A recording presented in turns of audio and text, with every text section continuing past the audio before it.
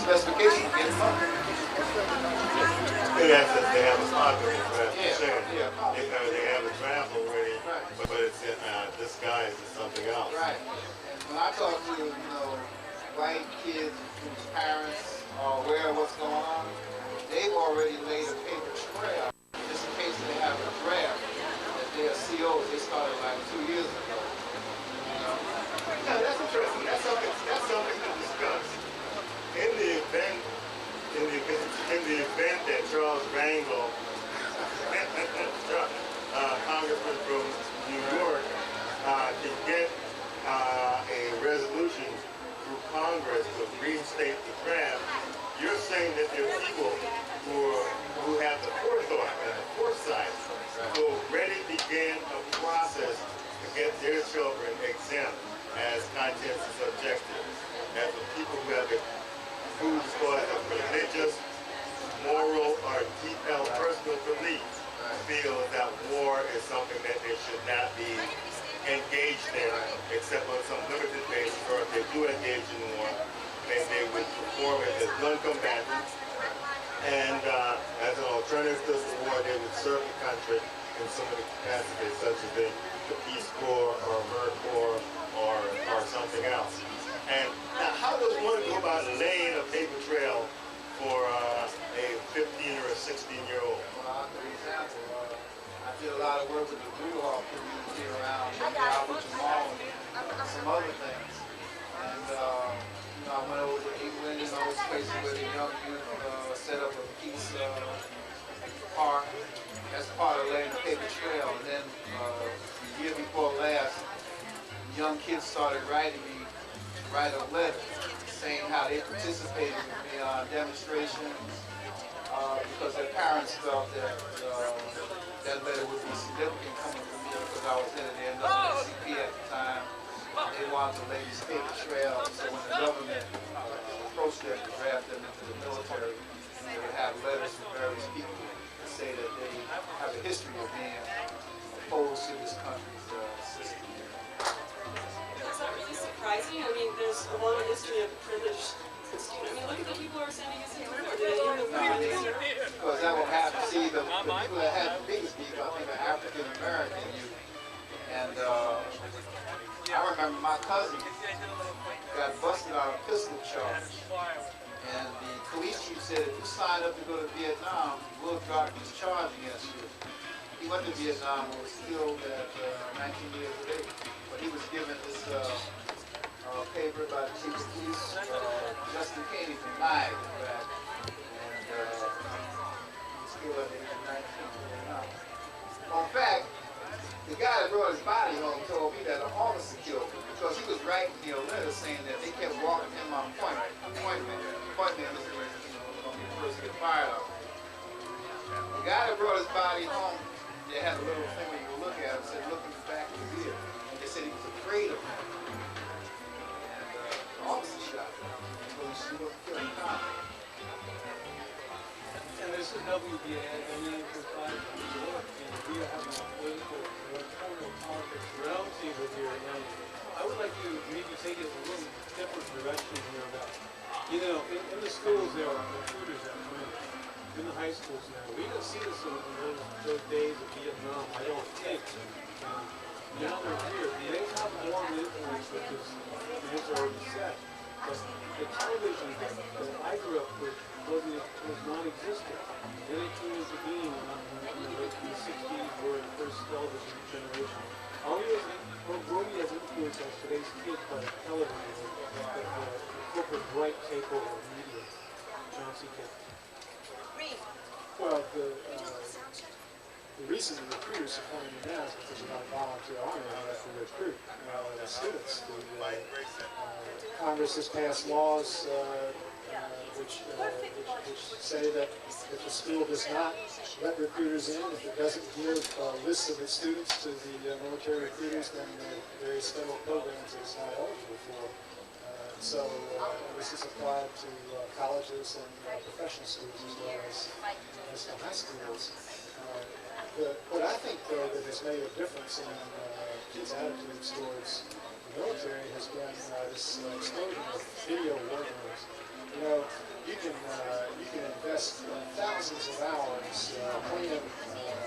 video game movements or war games, violent thing. You look at it, it's very, very bad. You get your adrenaline up, you get excited about it. And pretty soon you kind of think that that's what war is really like. You know, that you're just pushing buttons and you don't see who you kill or who you see them go up in spectacular orange and purple flames. But that's not what war is. Mostly war is being very bored, waiting around for something to happen, and then when it does happen, you're very, very scared. And hope that when you get hit, it's not going to hurt too much. So that's not what video games like. But I think that's been a big influence on kids' attitude towards military service. Or people. Yeah, I know I have a little experience with seeing some of these recruiters in schools, and it's horrific because they go into the schools and are seen as saviors and as heroes, and they are dressed in their crisp uniforms, and they do an advertising campaign on how wonderful it would be to be in the military, whether the country is at war or not at war. This is what it means to be an American. If you're really an American, what you should do is sign up and join in the military, because then you will be leading a just life. So not only can you immediately get a job, immediately get some help with your higher education, but in the process, the message that you're being given is that you will be leading a good and just life by joining the military. That's very difficult for a young person or any person who hasn't really thought deeply on these issues to turn away from. It's a very attractive proposition.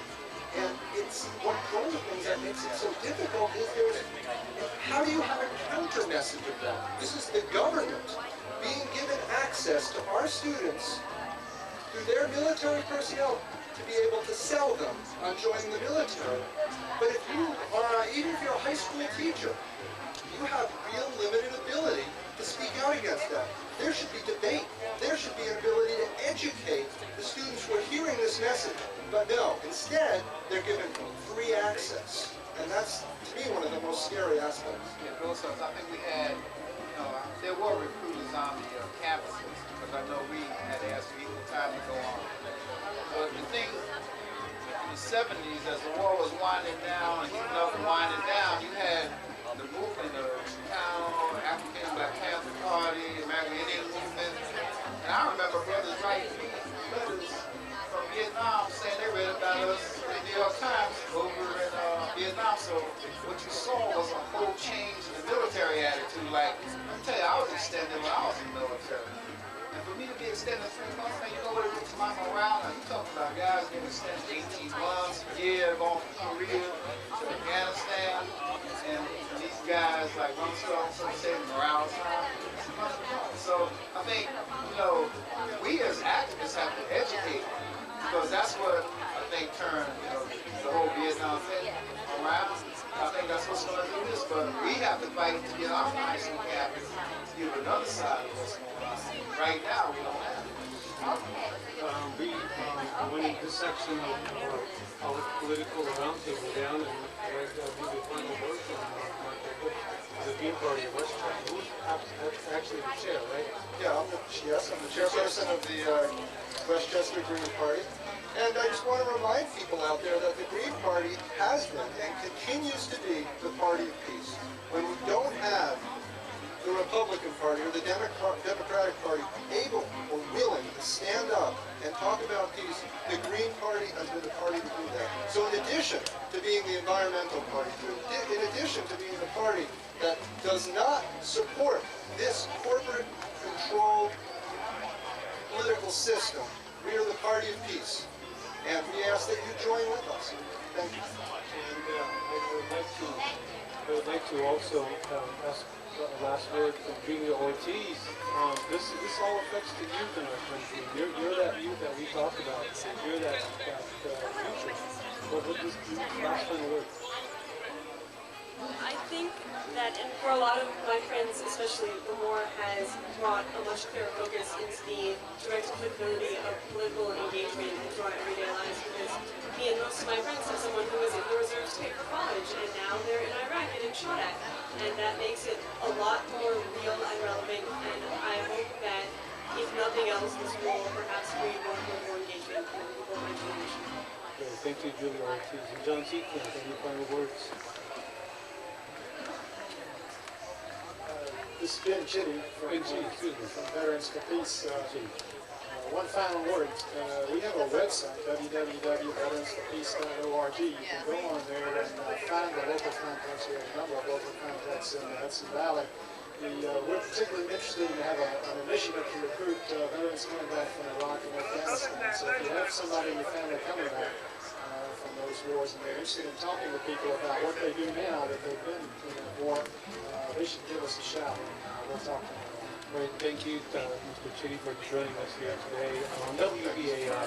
Don DeBoer. Hey, well, that was some discussion, and you're not going to hear that anywhere else but here on WBAI. Listener supported. Hello out there, listener. You listeners support us. We're at the Clearwater Festival, up in Hudson, New York. This is BAI 99.5, providing coverage from gale. What we're going to do now, let's go to some music. Do some music. Then we're going to come back live with Sonia. And it's, what time in the world is it now, folks? If you're listening, it's 2:08, still got time to get on that train and come on up the river and hang out with tea and company. Yeah, and this is also happening tomorrow, too. So we have Don DeBoer, Errol Maitland, Reem Kakuda, Grayson Challenger. I saw Mimi Rosenberg floating around. And Mahima Sek, a bunch of people. And also today we are having an appendage, which is folks from DC, the DC Radio Co-op, that came and are willing to help out BAI from the grassroots, people that have trained in the last year, Ingrid Ray, Dolores Bernal. I also want to bring that idea that it's really good that I want to bring this idea on. That it's really important that as producers, we always try to pass the baton and bring more of the young people, and that's pretty much what we're trying to do in DC, and I know with Rise Up, Doug is going to try to come tomorrow, and Aroni is hoping to be able to come today. Well, we have Fred Nguyen back there talking about Vietnam. He's just laying in the cut, and he's here from New Jersey to help out. But here at Clearwater, we've always had a history of people from DC coming up. Remember the first year we were here, DC in the media was here in numbers helping and supporting to make this broadcast possible. So hey, if DC's in the house, you can also be here too. And thank you all. Basically, we're the New York Restoration Project, and what we do is we restore open spaces and green spaces in New York City, and we do a lot of educational programs with kids through the schools, with community gardens, and then we also do a boating program. So this white hole over here is one that kids at 5 different middle schools built over a period of about 8 months. And then a new project that we're working on right now is the boathouse.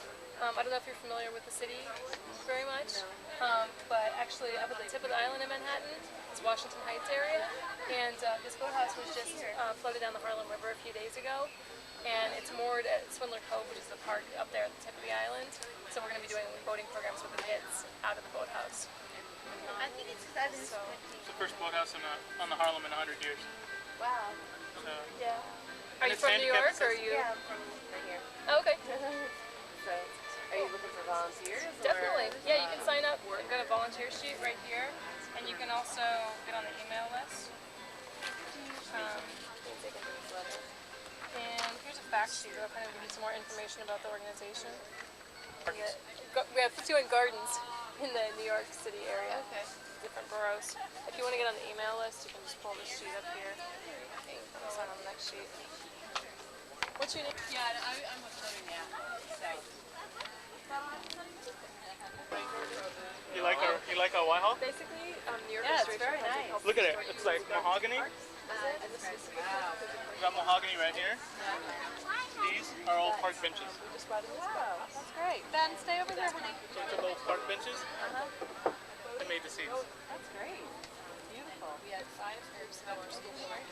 Opening out in the water tomorrow. We're christening it tomorrow. When you want to back. I mean, rocking the boat. because, you know, Eventually, this boathouse will house, I think, 15 to 20 skulls. Don't tell anyone I said. Where kids from Washington Heights can get involved and be on a rowing team with the hope of eventually getting some college scholarships to schools that have other kids.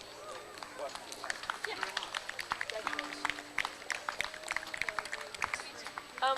We'll also volunteer and help. volunteers in the program, all kinds of ways to help. And then are there chances for adults to use the boats? We'll eventually have adult rowing, crew rowing. Crew? Yeah, crew. Well, the big long skulls.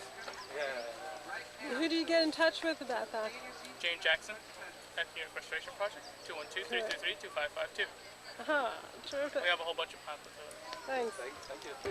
Well, we started our boating program with local school kids about a year ago, and they build white holes from scratch. We have a boat builder that works with them, and then for this particular boat, we've had kids from 5 different schools working on it for the past 8 months. Oh, that's and great. one really cool thing about it is that they used, for the wood on the inside, they used recycled park benches. Recycled park benches. That's terrific. Yeah, What turned a out great really idea. beautifully. It's so beautiful. Let me take a close look.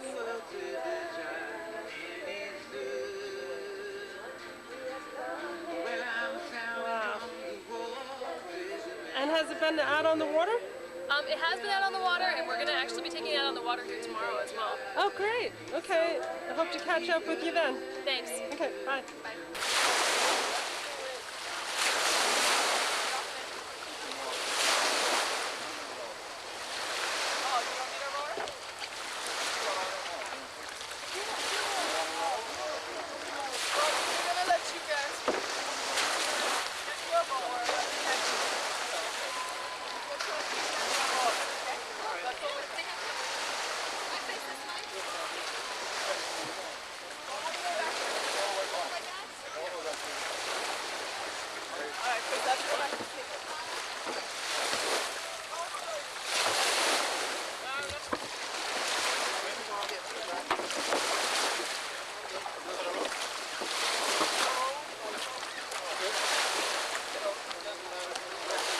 You want to go out?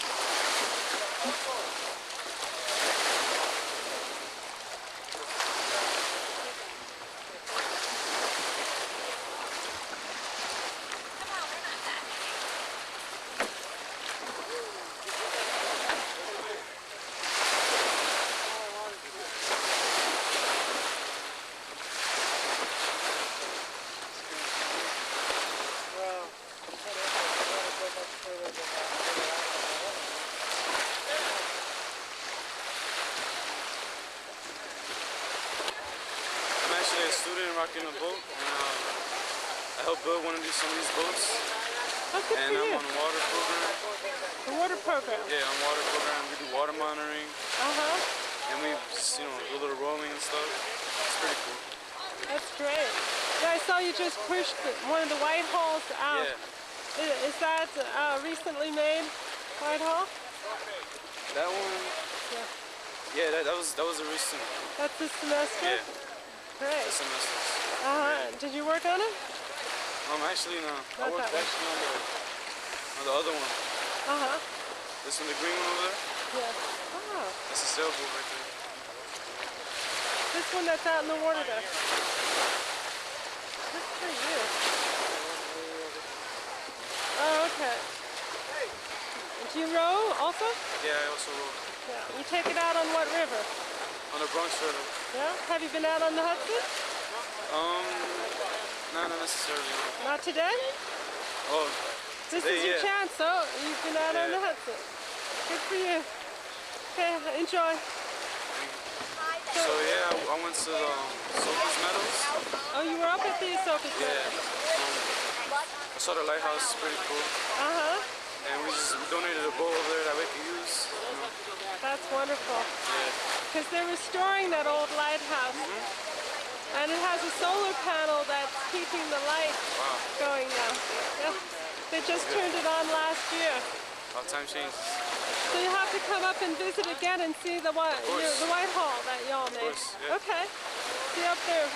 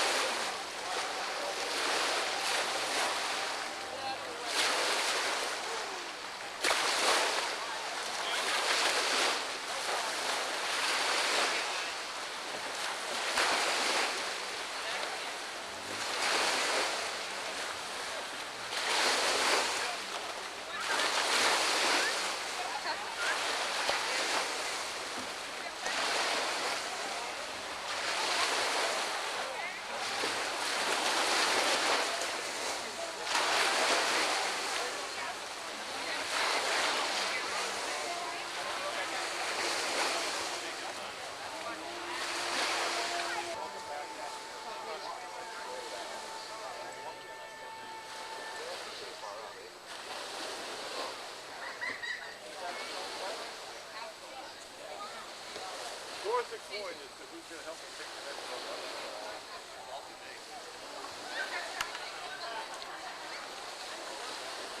This goes in front of the fence. Make a left turn.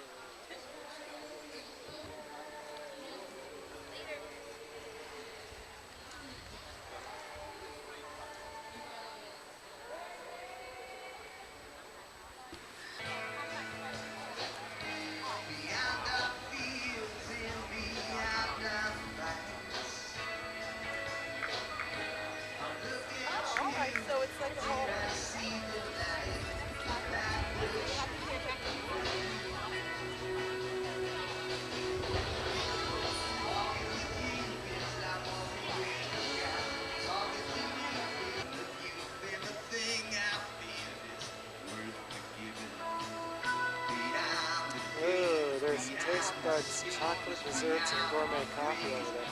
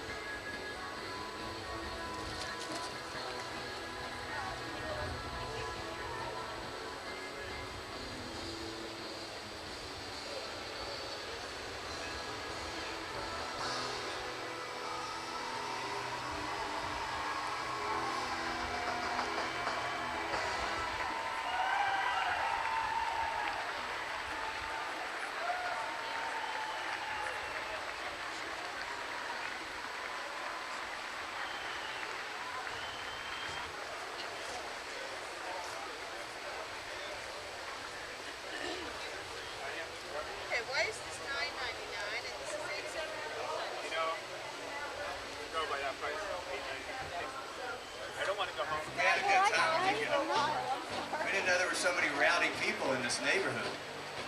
We were getting ready to move now. I'm not sure we're going to move. Yeah, we played this on the main stage. We like to be simple and repeat ourselves. And since you guys are totally nutty, this is dedicated to the child in you. Thanks for being childlike. Thanks for being crazy. Thanks for jumping around even when they weren't dance songs. This one, this is my mother's favorite song. She thought this was a mummer's tune. My dad was a mummer. My grandfather was a mummer. It goes back and back. The original job of those fellas was to chase away all the evil spirits like at the beginning of the year. They'd come around and play music and bang on pots and pans and dress up in stupid hats and costumes and stuff. And they try to chase away all the bad stuff so you could have a new beginning. I feel like you guys gave us a new beginning by yelling so damn loud. That was awesome. So I hope this song gives you a new beginning, chases away everything bad, lets you have a new start. The rest of your life can be awesome. You can attain your Buddhahood and kick the ass of all the problems in the world. This song's called Alice in Space.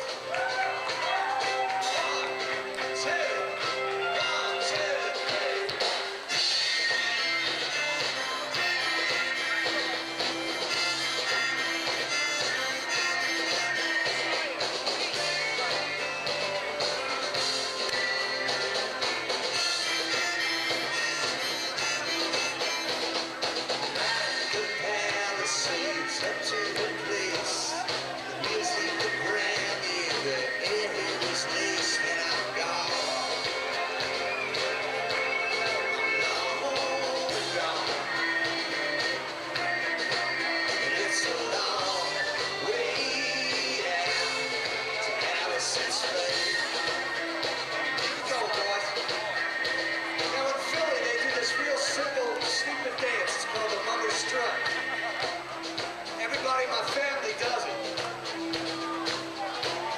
And you just go like this with your arms, but the important thing is what you do with your feet. But you go like this with your arms. Right? And then you lift your legs up and you do this.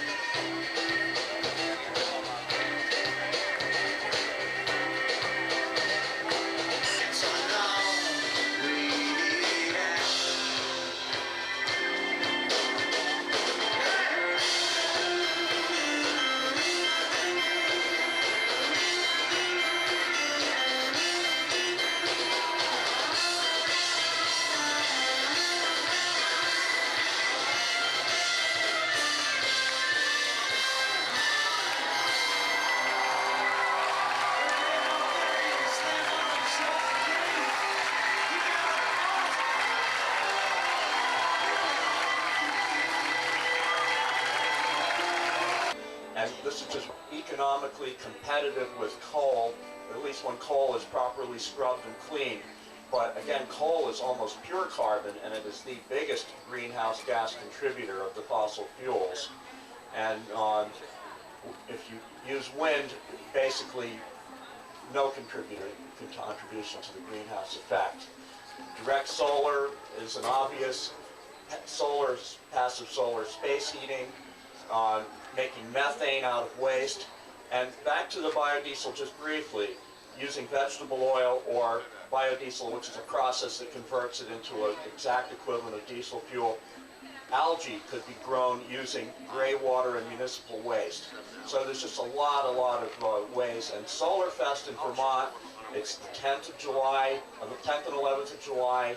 Go to www.solarfest.org to find out more. It's a great little festival, and you can find out more about this stuff.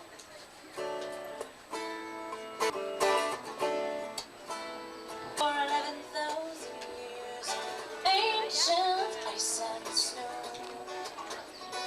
is melting like 11,000 tears down the face of Kilimanjaro,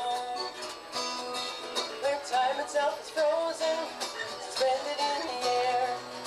Now the water flows on Kilimanjaro, damaging the essence of our atmosphere, threatens our existence. Kilimanjaro, oh, oh, Kilimanjaro, oh, oh, Kilimanjaro, oh, oh, Kilimanjaro, oh, oh, Kilimanjaro, where the ocean meets the rivers and lakes, wash their waters rise, reclaiming what were dry lands yesterday, right before our eyes. From Tuvalu to Tonga, shores of New Orleans, Spanish to Jamaica, Kilimanjaro, from the South Pacific Ocean to the Gulf of Mexico, running from the tears of Kilimanjaro. Oh, oh, Kilimanjaro. Oh, oh, Kilimanjaro. Oh, oh, Kilimanjaro. Oh, oh, Kilimanjaro. What will be in 11,000 years? Will we be at all? Will humans have realized our fears, or will we heed this call? We have burned our image on the open sky, squandering our privilege. Kilimanjaro, glacial ice is falling, corporations lie, covering and stalling. Kilimanjaro, we have seen you crying, we can finally hear what we've been denying. Kilimanjaro, we can stop the burning, we can stop the tears. We are finally learning, we are finally learning, we are finally learning. Oh, oh, Kilimanjaro. Oh, oh, Kilimanjaro. Oh, oh, Kilimanjaro. Oh, oh, Kilimanjaro. Kilimanjaro.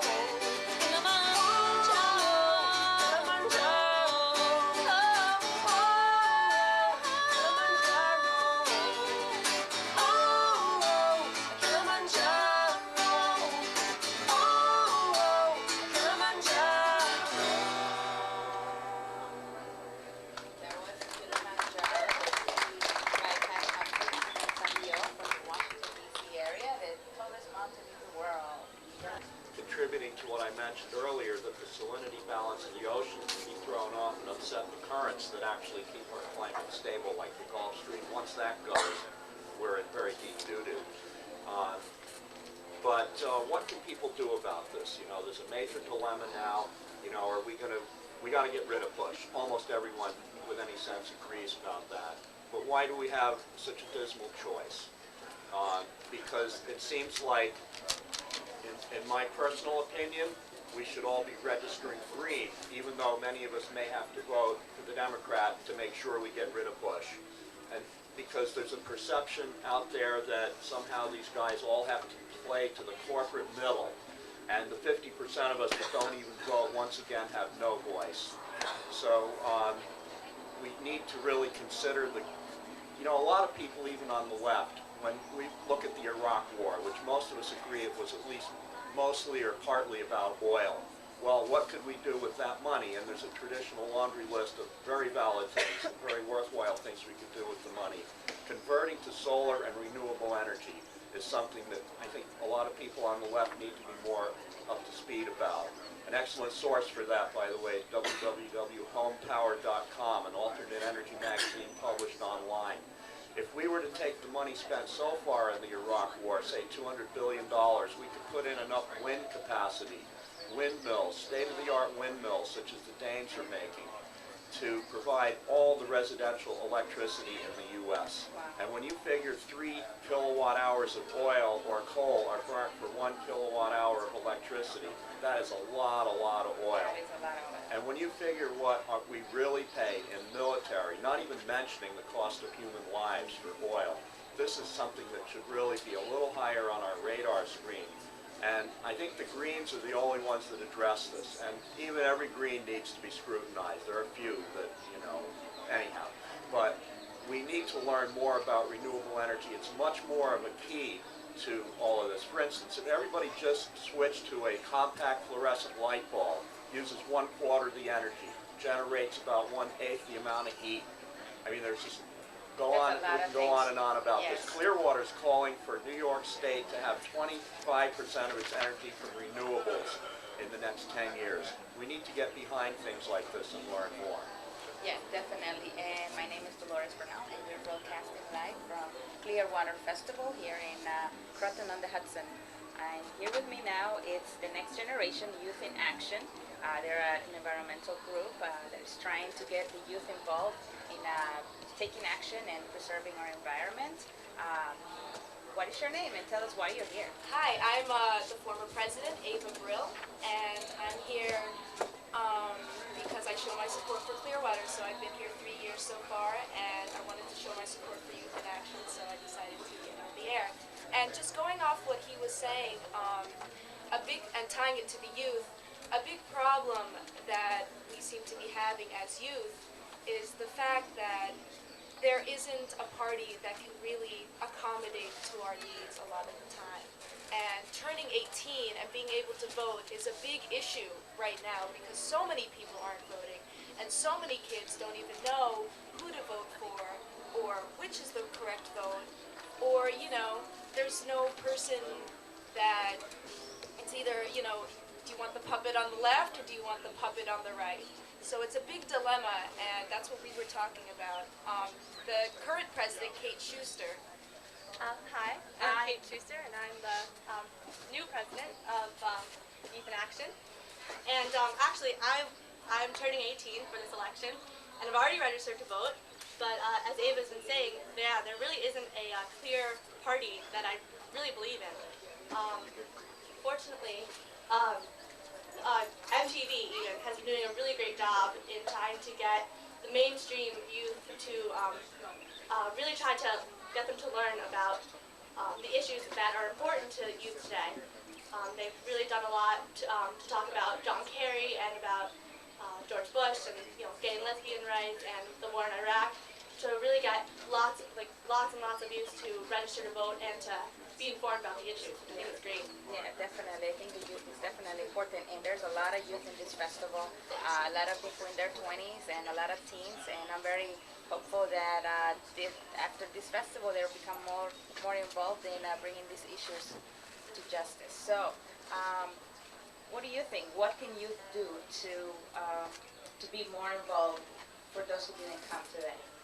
I would say the most important thing is to make people aware of the issues that arise in this world today. Specifically in my generation, there's basically an apathy. No one really knows what's going on. Politicians tend to ignore us because we're young. But in truth, eventually we'll be the ones who are carrying the power. And if we're not aware of the issues, there's really nothing we can do. Definitely, definitely. So voting is one thing that you can start doing, right, once you turn 18, and then joining some community organization that is fighting for environmental justice, yes? Well, that's why we had Youth in Action. A big problem in our high school was getting people to actually listen to us. The example of Indian Point, which is so close to our high school. When we used to, give out flyers way before 9/11, people would completely ignore it and kind of laugh at, oh, this is some nuclear power plant, how are we going to get alternative sources of energy, we need this power plant. And as soon as September 11th comes around, everyone's in sort of a scare. So it really takes more than a threatening event to get people, we need to have more than a threatening event to get people to learn about the issues and make decisions upon it. Yeah, definitely. And I know that there are a lot of high schools that have environmental programs where you can join. I know over there in DC, I used to be familiar with the Roots and Shoots program that a lot of schools have. And that's a great way for you, if you're still in high school, to become involved and learn more about the issues that affects you and will affect you for a long time. Because if you're 18 right now, I mean, if you live to be 80, my goodness, that's like 60 years. So you're going to be dealing with this problem for a long time. I think a big issue, especially in our high school and around Westchester County, we sort of live in this bubble. It's a really nice bubble where everyone is really well off for the most part, and we don't have to worry about anything, and everyone has a car, and it's really nice. But unfortunately, that's not what the rest of the world is like. And I think that's a big problem that I face in my high school, trying to get people to learn about the issues and care about them to some extent, or even just to let me tell them about it. And most of them, they all say, oh, it doesn't care, I don't care about it, it doesn't involve me. And that's a big issue. So again, the whole apathy that goes on is something that you have to try to get the word out there and get people to care.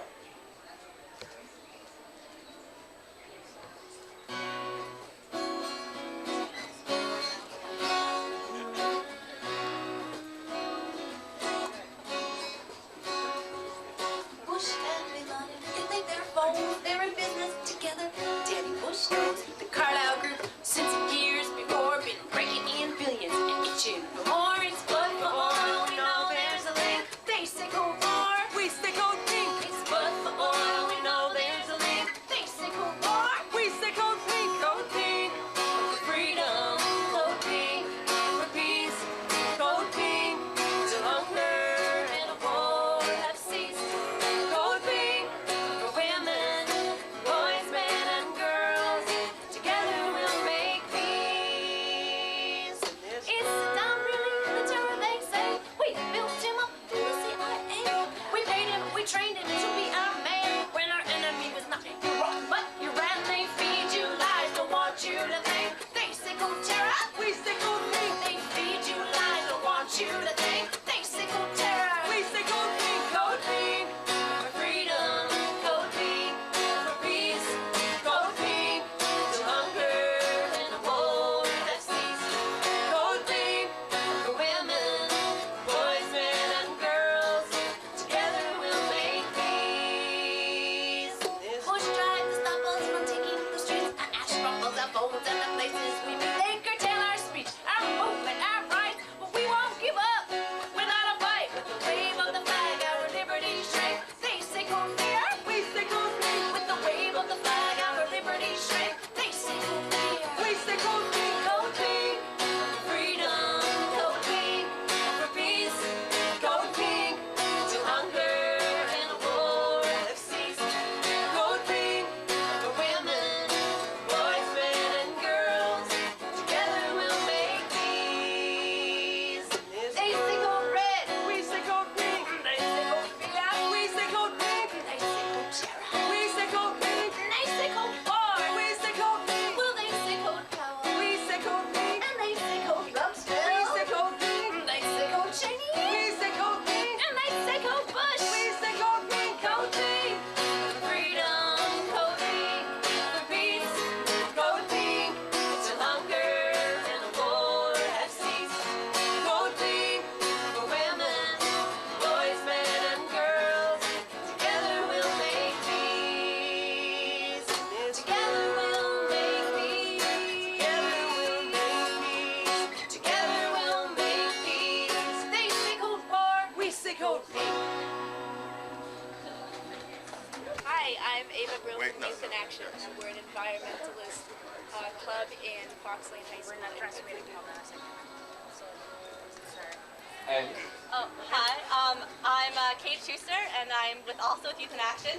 And do you guys do work on alternative energy at all? yes, yes, yes. Well, we just happen to have the man who installed the solar panels on the stages here at Clearwater. Thank you. My name is Richard Bentley from Sunnyside Solar. The presence over here in the Green Living tent, and here to try to help answer issues that you have, or things you might want to know about New York City. Can you say again, please? What'd you say?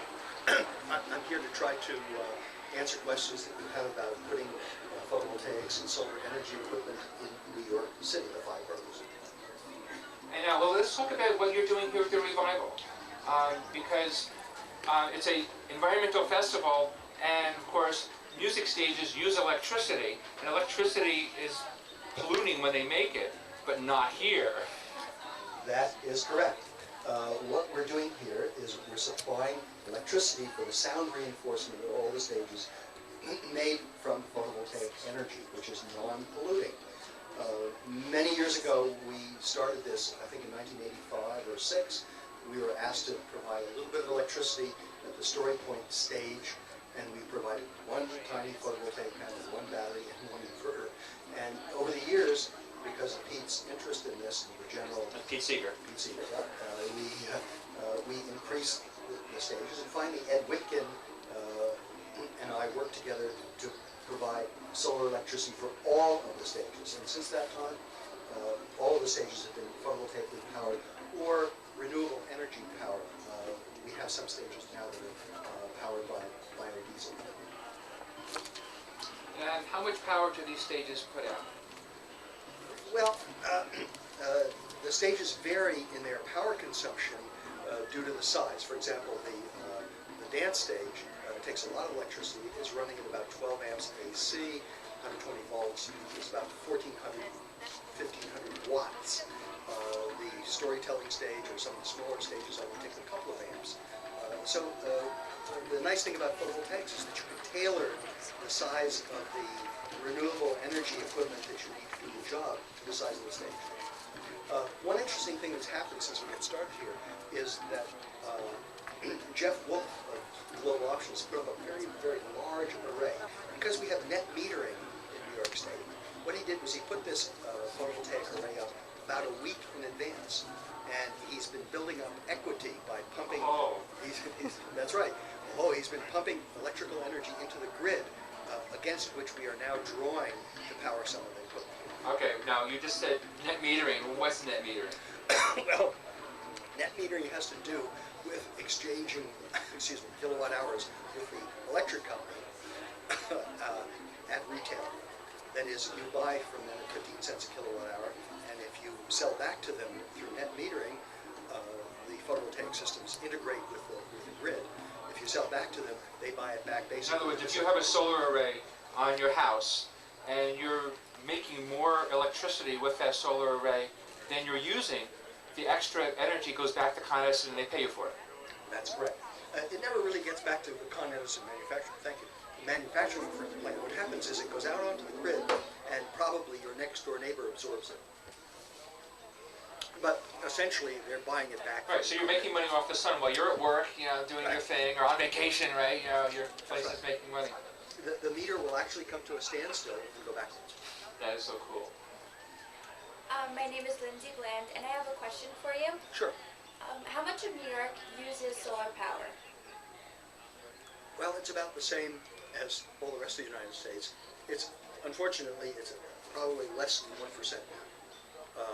That's mainly because the photovoltaics has just sort of begun to take off in places like Germany and France and the Netherlands and Denmark. The percentage of photovoltaic or alternate energy supplied electricity is rather high. It's verging on 10 or 12% now. Between wind energy and photovoltaic energy and some solar thermal, they're supplying about 12% of the grid in Northern Europe. That's a big amount.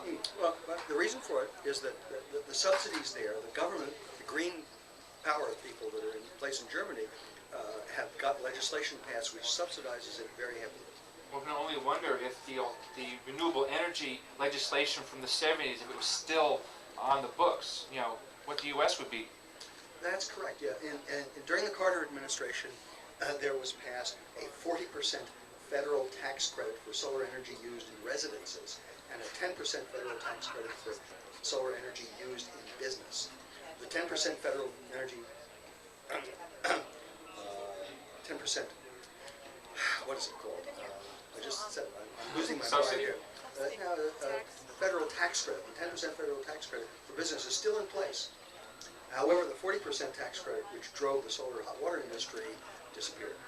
If that were still in place, we would probably be 10 or 15% photovoltaic at this time. Yeah, so we can only dream. What these kids would have been having, you know, much cleaner air, cleaner water, everything. Now, how long have you been involved in solar energy? Well, I started at Goddard College. Actually, WBAI was the thing that set me off. Thank you guys. Murray Bookchin got on WBAI in the mid-70s, along with a lot of other people, and began talking about the social ecology program at Goddard College. I went up to Goddard College in '75. I got a master's degree in solar energy, and I began my career. Weren't you involved in some of the satellites that are up in the space? Yeah. Actually, many years before that, in 1957, when I was a student at Columbia University, I had the opportunity to work at the Naval Research Laboratory in the summertime, and I put the photovoltaics on the Vanguard satellite. So I had an early experience with photovoltaics, but I didn't really get started in the business until 1975. We did wind energy conversion up at Goddard. We did solar thermal. Photovoltaics was unheard of, unfortunately, in those days. Unheard of. Well, we just had the 50-year anniversary of the invention of photovoltaics. But it was mainly for the space program in those days, and nothing much really got started terrestrially until about 1977, 78. What happened? Arco Solar started out in business. Some people got together, convinced them that it was a good thing to make photovoltaic cells for terrestrial use and not just for space use. And they began producing cells. Actually, I have some of them over at the show here near my booth. I have some ones that were made in 1978 that went up on the city corridor.